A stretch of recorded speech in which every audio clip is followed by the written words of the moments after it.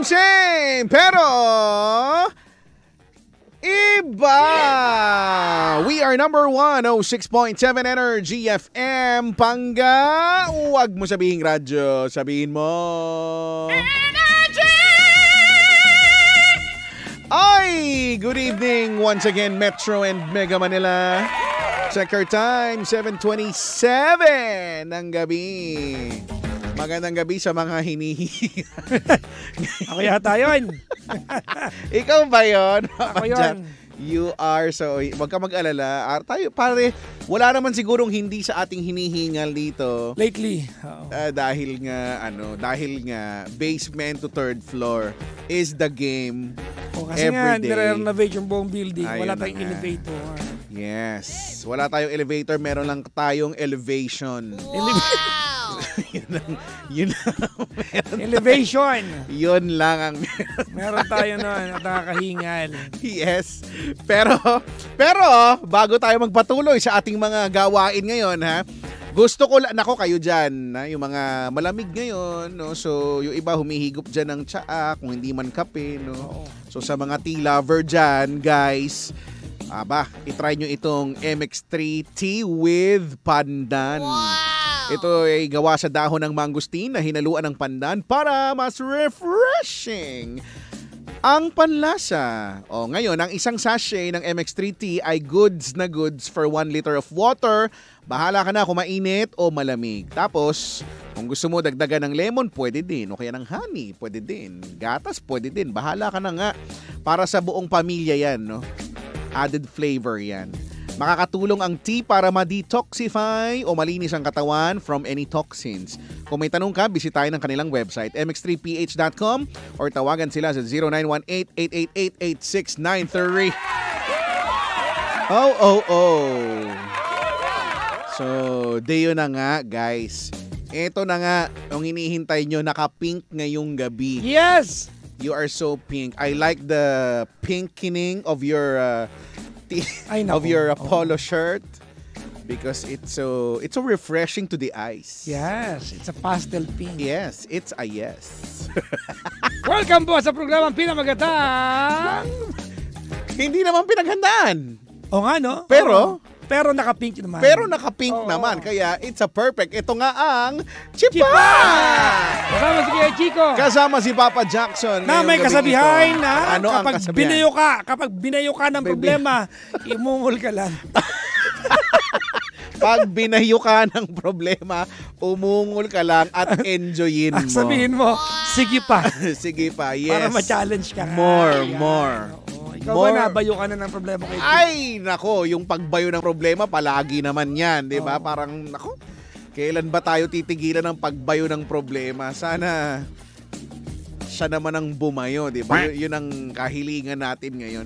Hello po sa mga dumaranas ng pagbayo ng problema. Ay, nako. At hello din sa mga kagaya na sinabi ni Papa Jackson, inuungulan lang ang pagbayo ng problema. Oo, napasabi ng more. Di ba? Napasabi ng... Sige pa.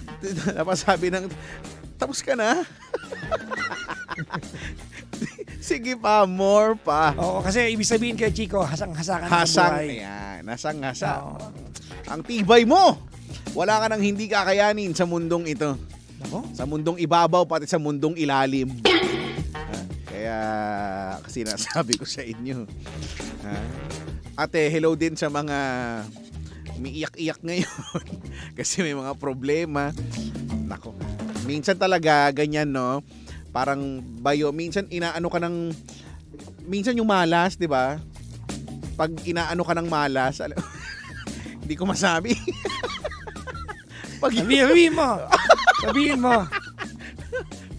Pag kinakan ka ng malas.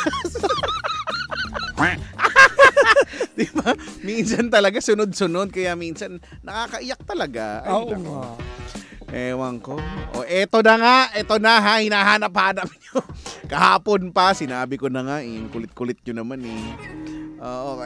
kumustahin natin ang bansang Vietnam. Ayaw nga pala, galing kami sa Vietnam. Napakamura ng Vietnam, Chico. Gusto ko talaga, yun na nga. Napakamura.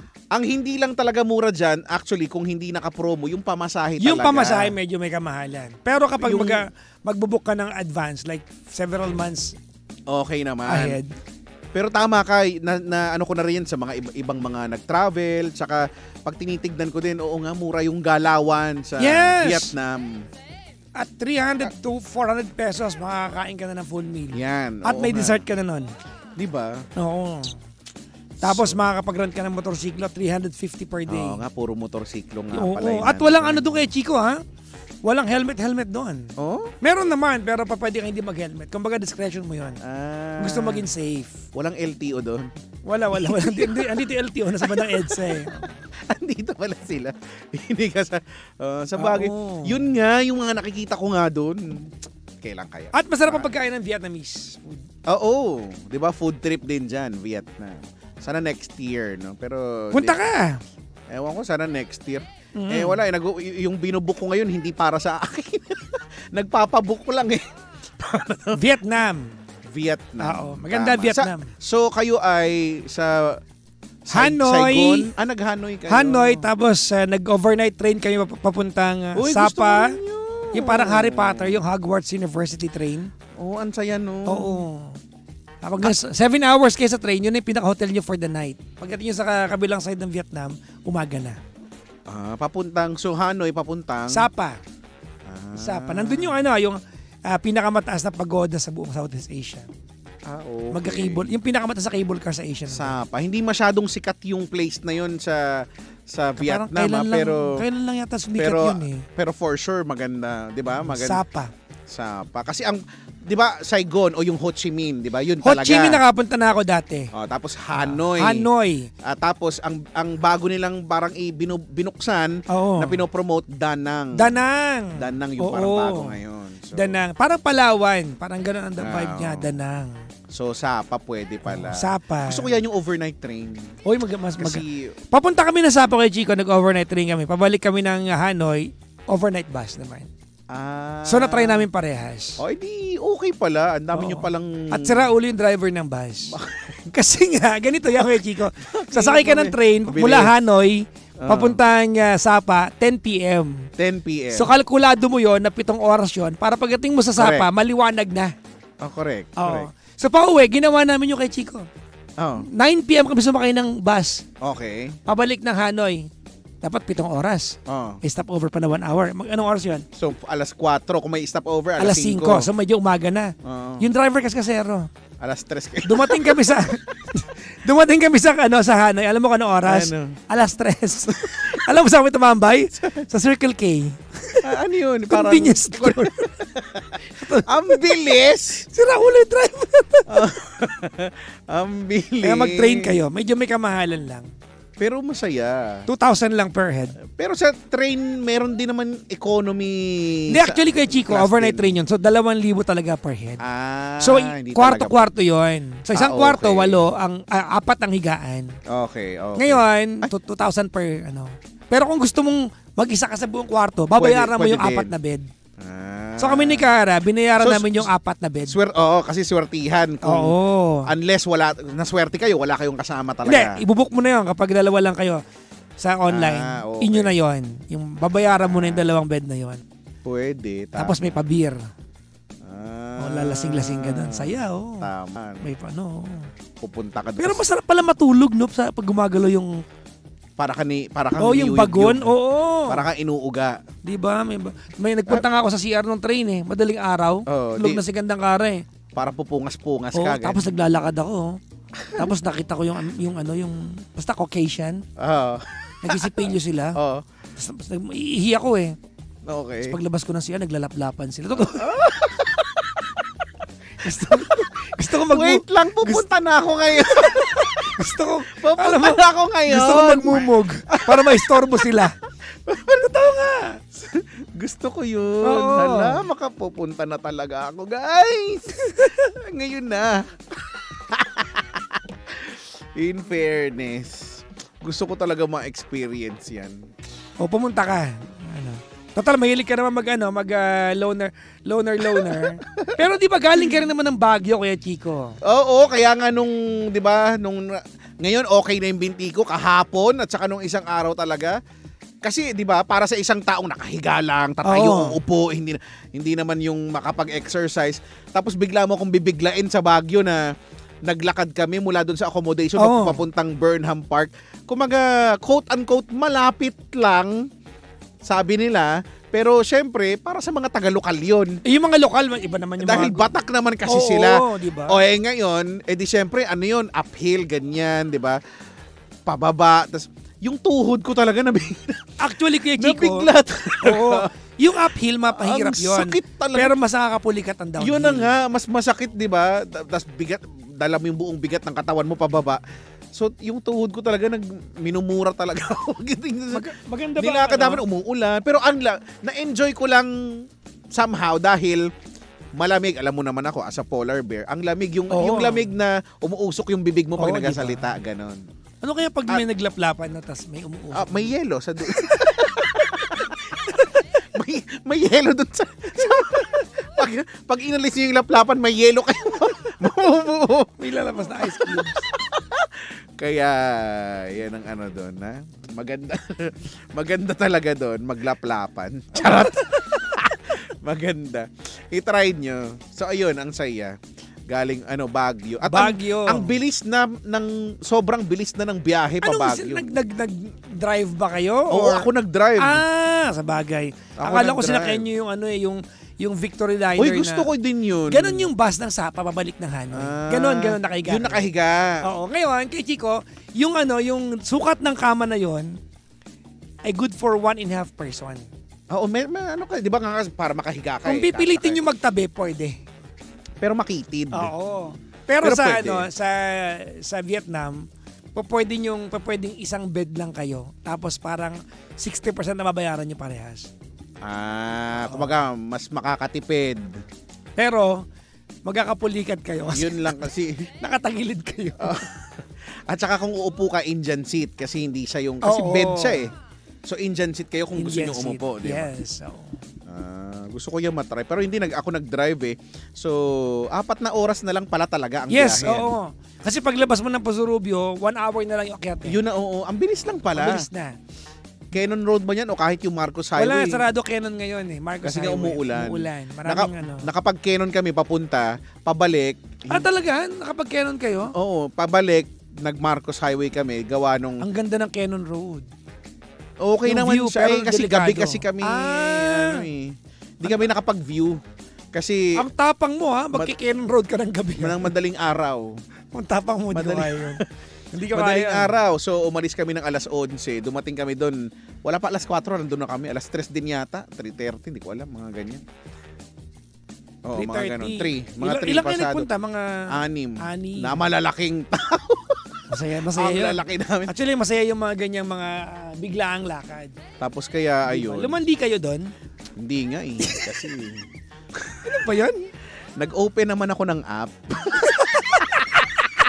Sinubukan ko naman. Kaya lang, hindi naman ako wala, tinama dahil nga nag-uulan. Ang lamig. Yung accommodation naman, wala aircon. May electric fan. Wala namang aircon hindi namin binubuksan. Pero ang lamig lang, di ba? So, syempre, kumaga, hindi naman ako makatakas sa kanila. So, walang landi ang nangyari. Lang, chill. So, sabi ko, parang pumunta tayo dito para lang matulog, Kasi nga, so Sunday, isang araw lang kaming nakapaglibot, umulan pa ng umulan. Oo, kasi rainy season ngayon eh. So, maputik yung mga dadaanan. Yes. Di kami makapag-strawberry farm kasi nga, hindi naman season talaga ng strawberry, mahal ang strawberry. Pero kumain kayo ng strawberry taho. Natikman ko rin eh. Mas gusto ko pa rin yung original na taho eh. Wala lang, parang yung strawberry ice cream. Mandatory kasi pag naandun ka na, tumikim ka na strawberry. Natikman ko eh. Natamisan ako yung... Oo. Parang kumakain ng Krispy Kreme doon. Oo. Siguro sana nagtinda na lang yung tinikman ko sana.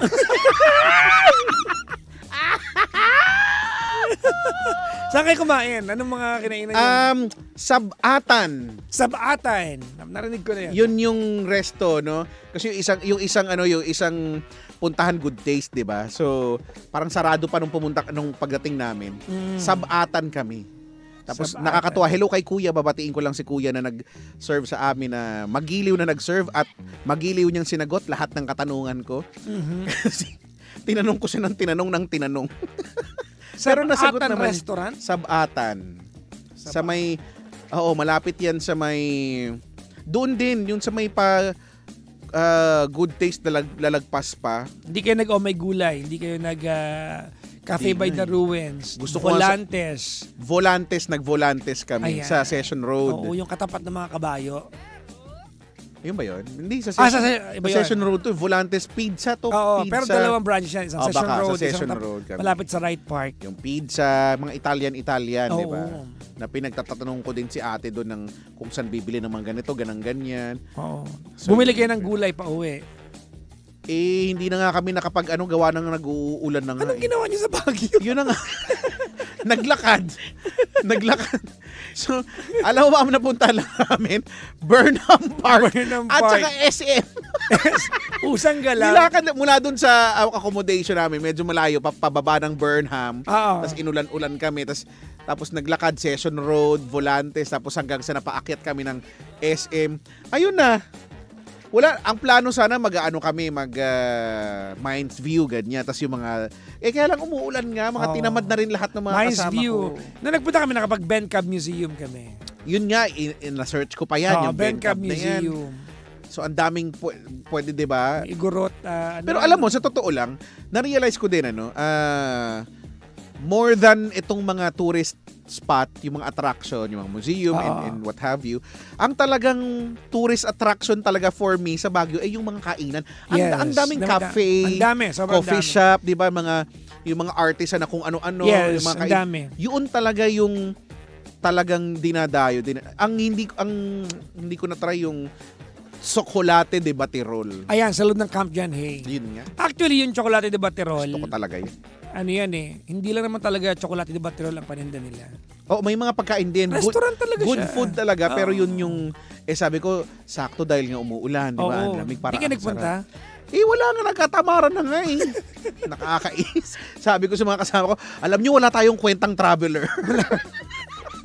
Wala talaga. Wala tayong kwentang traveler, natulog lang tayo dito, nag-inom lang. Nag-inom kayo sa accommodation? Oo. Ayun na din ang ginawa namin, nagpunta kami. Parang, at least kayo, madami kayong, di ba? Marami kami napuntahan. Nag-market kami, nag-night market kami. Yun, di ba? Night market. Oo, nag-night market kami. Nag-Ben Cab Museum kami. Nag-Cafe by the Ruins. Di ba? Ang dami nyo napuntahan. Oo, alam mo, ang gusto kong puntahan yung La Peral House na restaurant na ngayon. Hindi ko pa na. Ginawa na siyang restaurant. La Peral House? Yung pang-horror house na ay, oo. Puti. Yung pala tawag doon. La Peral, di ba? Nadaanan na yung pauwi na. Ginawa na siyang restaurant ngayon. Oo. So, La Peral Mansion. Yan. Ang daming tao, syempre. Ano pa nga ba? Baguio, traffic, kaya, ay nako. Pero alam mo na, hindi ko alam kung ano. Pero yung Baguio, it's a shell of its former self. Alam mo, ano na rin siya. Pag tinignan mo, kung hindi lang ito yung pataas-baba, isipin mo, nasa Maynila ka rin lang naman. So, yung, di ba, yung, kung ano yung, alam naman natin sa Maynila, hindi naman sobrang ganun kaayos, di ba, kaganda yung mga, depende sa lugar. Pero halos ganun na rin naman yung Baguio. Hindi na, kumaga, yung mga puntahan, yes, so maganda naman. Pero may mga parting, basta. Maynila ito. Pero yun nga. But saka, it's the long ride that matters. Oo. At saka, gabi kayo hindi mo na-enjoy masyado. Kasi nga, ayaw naming makipagsiksikan sa, ang traffic kaya, yung, kasi nga long weekend. Alam mo, pagdating namin doon, nakakita ako ng balita na yung Cannon Road ay ang haba ng traffic. Imagine mo, traffic kayo sa Cannon Road. Lalo, nakamanual. Paakyat-akyat yun. Sa tamang madaling araw kayo. So ako pagka ganyan, gusto ko lagi madaling araw ang biyahe. Kahit sabihin mo pupuntang Bicol, ganoon din. So nagbibitukang manok kami, madaling araw din. So hindi mo nakikita yung bangin? Hindi ko nakikita. Actually, yung pag nagaganyan ka, yung pauwi, Cannon Road, yung bitukang manok, nagiging nakakatakot siya kapag nakikita mo yung bangin. Oo. Pero amazing din, di ba? I mean, amazing din na pag nakikita mo yung bangin, yung parang yung view na din, di ba? Medyo nakakatakot lang, pero okay naman. Pero speaking of bitukang manok, Speaking of bitukang manok, hindi daw talaga, di ba yung sa Quezon, yung Atimonan? May isa pa. Hindi daw talaga yun yung original na bitukang manok. May isa pang bitukang manok. Oo, yung nasa may Camarines Norte. Yun Cam daw, Norte daw. yun daw talaga yung tinatawag na bitukang manok. Ito yata yung palong na manok. Balunan ata. Balunan ata, gizzard ata ito, yung sa Atimonan. Oo. Kasi yun din yung makikita mo sa mga comment, kunyari yung mga nagra-rides, di ba? Hindi talaga yun yung bitukang manok. Kaya lang, yun na siguro yung nakasanayan. Ay, yun ang tawag ng mga lokal din. Kaya tuloy, curious ako, ano yung itsura nung talagang totoong tinatawag na bitukang manok na nasa Cam Norte, di ba? Maganda kaya yung daan na yun. Kaya nga. Kasi okay lang yung palikod-liko eh. Basta maganda yung daan eh. Ito, maganda na eh. Maganda ito sa may Quezon. Inayos na kasi. Sa bitukang manok. Naku. In fairness, no? In fairness. Ay, batiin natin yung mga dumadaming. Alam mo ngayon, ang daming mga food vloggers. Ang dami, oo. Ang dami. Ang dami rin naman kasing mga sumusulpot din ng mga restaurants. Oo. Hi mga ka-foodies. Na-discover nga pala namin. Sino yung gumagano? Oo, di ba? Itong isang tahimik na kainan sa bandang Quezon City. Oh, yeah. Pero nakakatuwa naman din kasing panoorin. Actually. Kaya lang, ang downside kasi noon, minsan gugutumin ka. Totoo talaga, di ba? Psychological. Oo. Na kunyari, di naman ako nagutom. Pag pinanood ko, parang, ano ba yan? Nagkikrave tuloy ako. Tapos marami ngayon ng anong tawag sa kanila, yung mga Klook travelers. Yes. Oo, Klook travelers. Ako, nag-ano din ako dyan. Gamitin nyo nga pala yung promo code ko sa Klook. Gamitin nyo nga pala ang Chipa 50 para magkano kayo ng discount. Oo, di ba? Oh, yan. Tama. In fairness. Ang dami. Feeling ko, alam mo, travel. After pandemic, yan yung bagong luxury ngayon. Experience. Travel. Di ba? Oo. At saka in fairness, I would say nagiging accessible nagiging accessible na Bakla? Ano ba nangyayari sa dila ko ngayon? Saan ko pinahid yan? Kanina pa ako nagkakaganito. Nagiging accessible ang travel. Hindi dati kasi parang pangmayaman lang yung travel eh. So ngayon nagiging accessible na siya, 'di ba, kahit sa mga middle class, 'di ba, lower middle class, okay na rin, 'di ba? Nakaka-access na tayo yung mga seat sale, ganyan sa eroplano, 'di ba? Minsan nga mas mahal pa ang pamasahe sa bus kaysa sa eroplano. Totoo 'yan. 'Di ba? Umuwi ka ng Bicol or umuwi ka ng sa amin sa Leyte. Mas mahal kaya ang bus kaysa mag-eroplano, kaya yun lang. Na-realize ko. Shinare ko lang. Masama ba? Alam mo kung bakit nagmahal na eroplano? Bakit? Narinig ko to sa isang documentary. Bakit mahal ang eroplano? Ba't nagmura ng eroplano? Nagmura, Kasi na-invento na yung maliliit na eroplano. Okay. Dati kasi ang eroplano malalaki. Yung malalaki lang. Malalaki, di ba? Yung mga yung 777, no? Oo, 777. Yung mga apat yung jet engine niya. Tatlo yung upuan. Ganyan. At mahirap ibiyahe yung kaya minsan. At mahal yung gasolina. Yan. Kaya minsan kahit ang sakay nun ay kalahati lang, yung kalahati niya nag-ahati yun sa buong cost ng eroplano. Mahal. Ngayon, ba liliit ang eroplano? Oo nga naman. Oo nga. In fairness naman. Ang maliliit na. Kaya madaling punuin, mura na siya. Madaling punuin, correct. Tama. Intercontinental na kahit maliliit. Kaya nang bumiyahe ng yung technology, di ba? Kaya twin engine na siya, hindi na yung apat. Yes, twin engine na lang diba? siya. Pero meron pa rin mga yung mga malalaki na walang layover.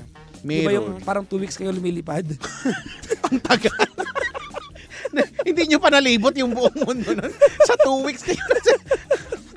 Ang tagal. Are we there yet? Pupuntahan ko na yung piloto. Sir! Baka gusto nyo magpahangin. Kasi grabe. Oo nga, dati 4 yung mga engine na malalaki. Ngayon mga twin engine na lang. Yes. Pero ang gumagamit, mayayaman na lang ngayon na bansa yung gumagamit pa rin ng 4 na engine. Meron pa rin naman yung mga flagship carrier lalo na yung gumagamit ng yung pinakamalaki, yung A380 na gusto kong sakyan, pangarap ko yan. A380 na yung jumbo, yung Emirates, yung malaki. Nakasakay na ako. Hindi pa sa December ko gagawin yan. Pangarap ko yan. So yung ang gagawin ko, may second floor. Yes, oo. So ang gagawin ko ngayon, 'di ba pupunta akong Dubai sa December. So mag-aano muna ako, Manila, Singapore, kasi wala ditong biyaheng ganoon eh. Ang merong Dubai pero yung gamit nilang eroplano, yung twin engine. Hindi pa ako nakasakay pala nung may second floor. So, twin engine yung gamit nila. Pero malaki, pero meron, Singapore siya nanggagaling. Merong Singapore, merong Thailand, papuntang Dubai Pero yung Manila-Dubai na yung second floor, yung malaking A380, wala eh. Hindi. Wala pala dito. Kasi nga, yung ang kaya natin yun. Kasi may mga lumalapag dito para i-repair. Yung Lufthansa, yung Singapore Airlines. Paano mo alam to mga to? Dati kasi akong piloto. Kasabi ko sa iyo alam mo, nagkaroon ako ng passion-ish pagdating sa aviation. Gusto ko nga maging piloto bigla kung hindi lang mahal din 1.3 talaga. 1.3 yata. Gusto ko talaga, promise. Pwede ka mag-schooling sa bandang Clark. So, dito, lumalapag yon yung mga ganyan. Hindi lang may pasahero. Nagre-repair lang sila dyan sa atin. So, baka wala silang dito terminal. Kaya natin Kaya lang, ang issue, yung kagaya nung sinasabi mo, yung pagpuno. Oo. Yung pagpuno. Kasi ang dami mong pupunuin. Dahil pupunuin yung upuan, di ba? So, yun ang feeling kong issue. Bakit kung lilipad yung aeroplano nyo na walang sakay, exdilin nyo na lang kami. Kaya sakay nyo kami. Baba nyo kami sa kahit sa kabilang kanto lang, Kaya nga, ano ba naman lilipad din naman yan, Diba? Saya-saya kaya no. So, yun ang pangarap ko at mangyayari yan sa December. Talaga. Mag-Singapore ka. Pero maglibot ka na muna ng Singapore. Hindi na. Wag na kasi nga. Medyo may kamahal ng Singapore. Oo, tsaka nakapunta na naman din tayo. Ako, nakapunta ang Singapore kasi malilibot mo siya in 3-4 days. Correct. Maliit lang ang bansa na Singapore. Kaya okay na yun. Layover lang. Tapos yun na yun. From there, andun yung malaking aeroplano. Magdu-Dubai ka? Yes. I'm gonna Dubai myself on December. Mag-isa ka? Papunta, yes, pero pabalik, kasama ko na si Aling Elsie sa si Mang Jaime. Susundo ka. Oo. Ako mga naka-line up sa akin, naalis ko ay Laguna. Ayan, ang layo Batangas. Ang layo nung Oo, eto Pampanga, Baguio. Ang layo. Ayan, Baguio. Palawan. Sa Palawan. Ito lumayo, Zamboanga, tapos meron akong Hong Kong ulit. Uy, hindi pa rin ako nakakapag-Mindanao. Hong Kong, Malaysia. Mindanao. At meron Malaysia, akong truly Asia. Papua New Guinea at Cameroon. Saan yung Cameroon? Hindi ko din alam. Nung in-schedule ako pupunta pala ako sa Cameroon. Saan yun? Ano ba yan? Oo. Ang dami mo namang pupuntahan. Pero yan ang payo ko sa mga kaibigan ko na afford naman. Even for just weekends. Oo, go. Go, travel. Kung meron kayong pagkakataon na makapag-travel, ako din, sinasabi ko din yan, travel. Go. Mag-travel kayo. At Iba. bare minimum, kung may trabaho ka naman, may hanap buhay ka naman, huwag ka mag-travel kung gutom kayo, Kasi it doesn't make sense, di ba? Kung malaki yung listahan ninyo sa tindahan. Unahin yung bayaran yon. Kasi alam mo, ito yan kaya ko pinapayo to. Marami akong kilalang mga tao na nauubos ang pera nila, kakabili ng collectible shoes, collectible watches, damit, maganda. Madami. Para makapag-OOTD, bumili kayong ticket ng aeroplano. Oo, di ba? Umalis kayo ng bansa, even for a weekend. Promise, iba yung feeling, iba yung experience. Saka may mga matututuhan ka This year, marami culture. Kultura. Yes. Di ba? Yung matututuhan mo yung lahat, di ba? Daming natutunan. Calculus, matututuhan mo yan. Alam mo, eto nga, di ba? Itong taon na to kay Chico, nakailang bansa na ako, di ba? Japan, Singapore, Hong Kong, Vietnam, Taiwan. Saan pa ba ako nagpunta? Marami na. Madami ka na napuntahan. Ako sa Singapore.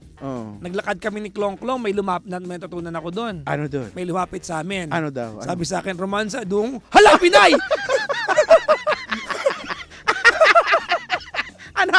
Ano ang offer? Romance. Romansa dong. Ay, paktay ka niya. Day! Hanggang dito ba naman? May nag-offer ng romansa. Ang dami mga Pinoy. Buti ka ganun. Ako, rejection yung napala ako sa nagtanong ako Sa Thailand naman to. Sabi ko lang, lumapit ako. Sabi ko, excuse me. Sabi niya, no. Tapos umalis. Sabi ko, hala, napatigil talaga ako. Yung parang may background music. Parang bakit mo ako ninuno? Sabi ko, excuse me lang Tapos sumagot ka, I'm not ready. I'm ready, boy. Ewan ko. Kasi siguro hindi siya maalam mag-English. So, kesa sa mahirapan pa kayo, itinaboy na lang ako. Sa Thailand Thailand pala this year. Thailand. Nanggaling din ako. Last year, di ba, Dubai din ako.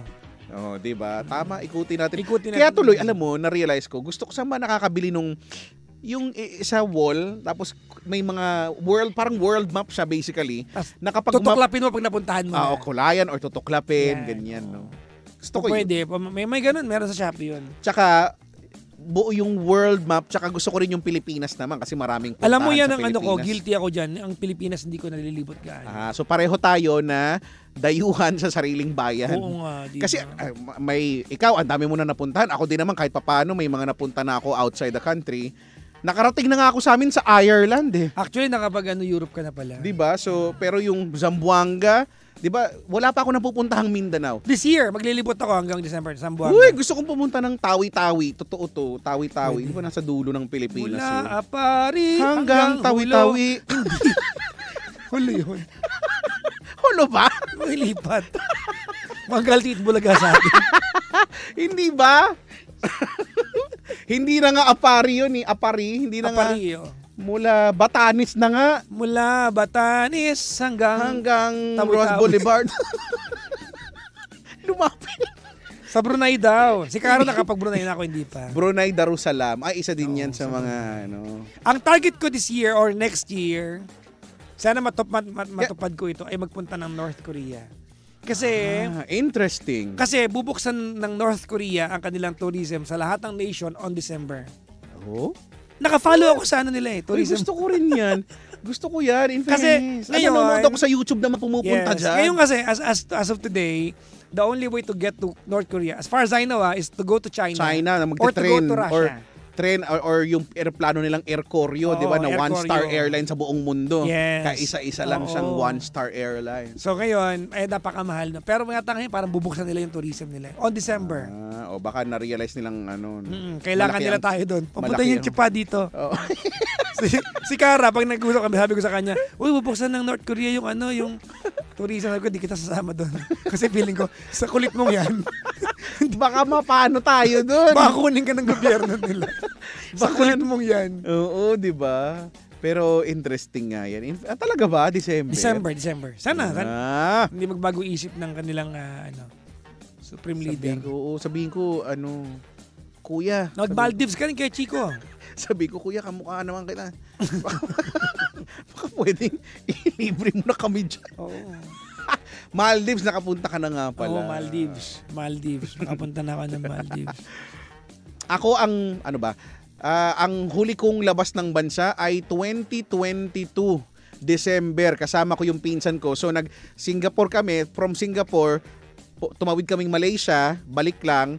Tapos kinaumagahan, tumawid naman kaming Indonesia. So nakatatlong bansa kami sa isang... Malayo ba yun? Hindi.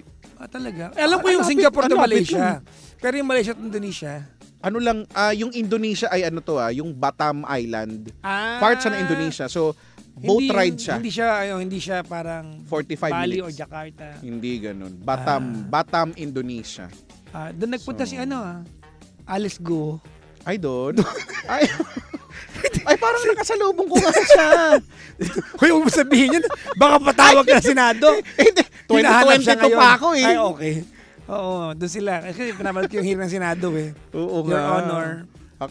I forgot the opportunity to... Ganun pala yun. Di ba? Naku, alam mo, ito yung na-realize ko. Ang daming hindi nakakalabas ng bansa dahil ang higpit ng immigration pero si Alice Guo nakalabas. Heist. Mapapa-heist ka lang. Oo. Mag-heist ka na lang din. Heist na lang tayo. Di ba? Ang daming mga umiiyak dyan sa ngayon. Ang haba-haba na ng pila sa immigration. Ang tagal-tagal na nung Uy, meron akong hack dyan sa immigration. Paano? Ano ang hack? Huwag kayong babiyahe ng umagang-umaga. Kumuha kayo ng flight ng paggabi. Mas maiksi pila ng immigration. Talaga ba? Ang alam ko, yung mga normal na oras, yung mga, kunyari, office hours, yan yung mga mahahaba talaga yung mga pila. Paggabi, kasi umalis kami ni Cara, twice ko nangyari mga pa-midnight, konti pila. May pila, pero hindi ganun karami. Mas gusto ko yung red eye flight, yung mga madaling araw. Punta namin ng Vietnam. Yun nga, mas wala talagang... Pagdating mo sa Vietnam, yung patilak yung manok nila, parating ka. Yung bubungas, parang yung mga tao, ang babagal pa rin kumilos lahat, di ba? Hala ka, gagawin ka resource person.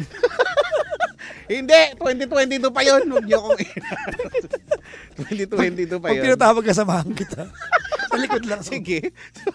Basta sasama ka. Hindi ako punta pag di kayo sasama. Sabi niya Fiaklado, madaling araw, konti lang. Actually, hindi eh.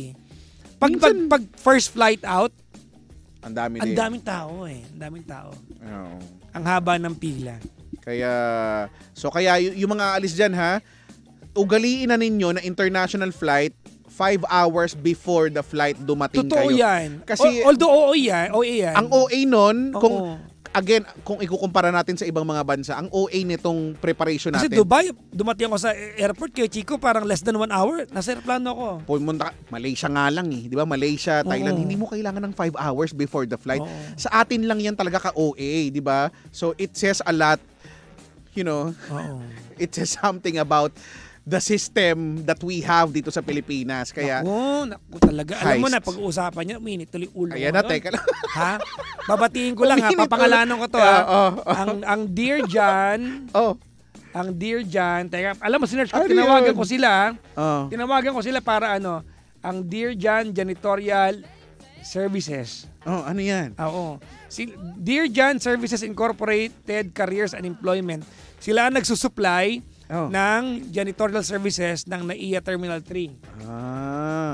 Baka po hindi alam ng Dear John yung mga janitorial personnel nyo po dyan sa Terminal 3, madalas ang mga CR sarado. Tinatamad sila maglinis. Naku! Alam mo, nung dumating kami galing ng Vietnam ni Cara, yung kaisa-isang CR pagbaba ng airplane sarado.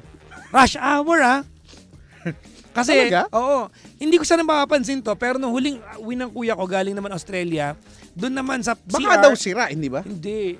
Maglilinis kayo ng CR sa rush hour kung kailan pababa mo naglilinis. Galing flight. Di ba parang dapat linis yun? Totoo. Nung nakaraan ko Chico, sa tabi ng multi-level parking, yung may CR doon eh. Meron. Mula 5th floor hanggang ground floor. Meron yan. Sarado meron nga. Oo nga, may sarado nga. Sarado yung 4, isa lang ang bukas. Kasi ayaw nilang linisin siguro. Ihing-ihi na ako. Tapos sabi, nasa 5th floor ako kay Chico. Bumaba ako ng ground floor para mag-CR. Alam mo kung saan ko nakita lahat ng janitors? Nasa ground, nagkakwentuhan. Nagalit ako. Tinawag ko sila. Nagkakwentuhan kayo, sarado lahat ng CR. Bakit? Binuksan nila. Ako, buti nung time naman, feeling ko naawa sa akin kasi gumaganon-ganon na ako o ihing-ihi. Sarado talaga yon.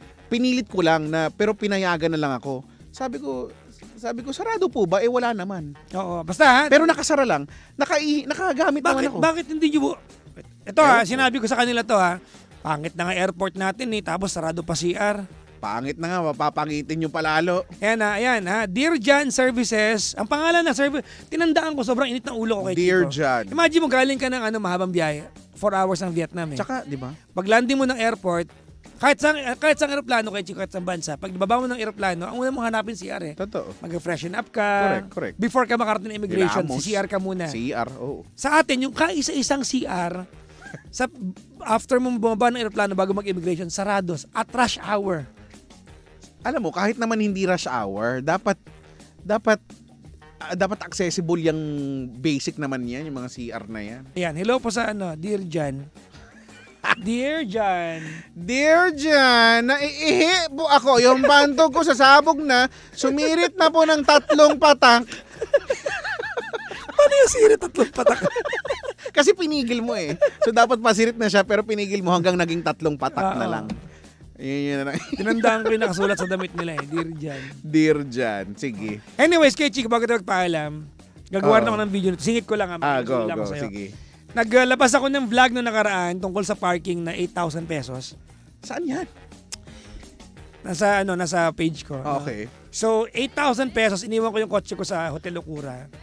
Pinagbayad ako ng 8,300 for 5 days.